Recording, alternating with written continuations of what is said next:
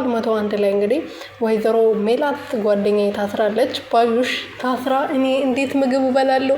እንዴት ይዋጥልኛል? ግዴታ እሷን ማስፈታት አለብኝ ብላ ቁርጣ ተነሳለች። እንግዲህ እሷ የታሰረችበት ደግሞ ተምቹና ጆሮ ናቸው ያሳሰሯት። እሷ ሰውን እያስፈራራች ባለችበት ሰዓት በሽጉጥ ሰው ልጅቷ ስታስፈራራት ነበር። እጅ ከፍንጅ ነበር የተያዘችው። ስለዚህ እጓ ደግሞ እንደዚሁ በቀላሉ ልታስፈቻት አትችልም። በሰው ግድያም ታስራለች።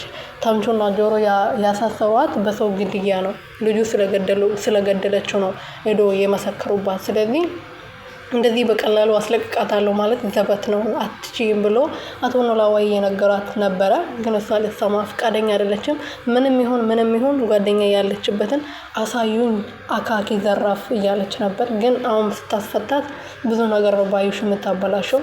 በገዛ እጇ አስፈትታ ጆሮና ተምቹን መቼም አታዋቸውም። ምክንያቱም ፊት ለፊት አይታቸዋለች። ያኔ እንትን ብሎ ካሳሰሯት በኋላ ዞር ብላ ልጅቷ መስራት ነበር። አስበላሽኝ አይደለ አንቺ ማትረቢ የማንም ሴተኛ ዳሪ ተጫወተችብኝ ብላ ተሳደባ ዞር ብላ ስታያቸው ሁለቱን አይታቸው ነበርና አሁን ከእስር ቤት ብትላቀቅ እንደዚህ በቀላሉ አተውም እርግጠኛ ነኝ ማለት ነው። ተምቹና ጆሮን ትበቀላቸዋለች። ወይዘሮ ሜላት እንግዲህ ጓደኛዬን አስፈታታለሁ ብላ እስር ቤቱን ጠይቃ ወደ እስር ቤት እየሄደች ነበረ። ሄዳ ታስፈታታለች ብዬ አላቅም። እኔ እንጃ ምና ይሆናል። ወይዘሮ ሜላት በጣም ትልቅ ስህተት ተሳታታለች ብዬ ተስፋ አደርጋለሁ። እንግዲህ ይዙና አንዬ ፍቅራቸውን በደንብ እያጣጣፉ ነው። ሀና እርግጠኛ ነኝ ፍቅር ይዟታል። ጆሮ ምንም እየመሰላት አይደለም። እስከዛሬ በክፋቷ በከፋ ሰዓት ብቸኝነት በነበረበት ሰዓት ከጎኗ ነበረና ትላንት እንግዲህ በተለቀቀው ቪዲዮ ላይ መጀመሪያ ሸኘኝ ትምህርት ቤት ድረስ ብላው ከቤት ይዛው ከወጣችው በኋላ ይዙ ስታገኘው መንገድ ላይ አቆማ እያወራች ነበረና ከጆሮ ጋር ሲያወሩ ነበር። እያወሩ ባለበት ሰዓት ይዙ መጥቶ በቃ ሰላም ብሏት እኔ ልሂድ ስላት አይ አትሄድ፣ እኔ ከአንተ ጋር ነው መሄድ የምፈልገው።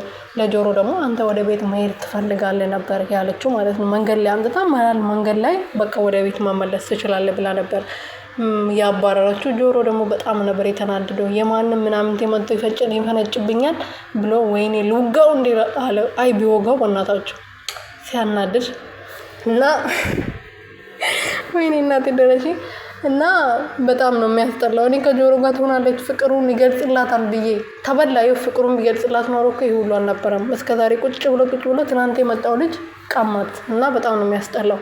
ሀና ደግሞ ወደ ራሷ ብትመለስ ጥሩ ይመስለኛል። ጽዮንም ደግሞ ታፈቅረዋለች። በሱ ምክንያት ብዙ ነገር አይቻለሁ። አንቺ ትላንት መጥተሽ ስንት አመት የለፋውበት ፍቅሬ ልትቀምኛ አትችይም። ከዚህ በኋላ ይዞ አጠገብ እንዳላይሻለ በለዛ አጠፋሻለሁ ብላ ስታስፈራራት ነበረ። ሀና ግን ምንም አልመሰላት እውነት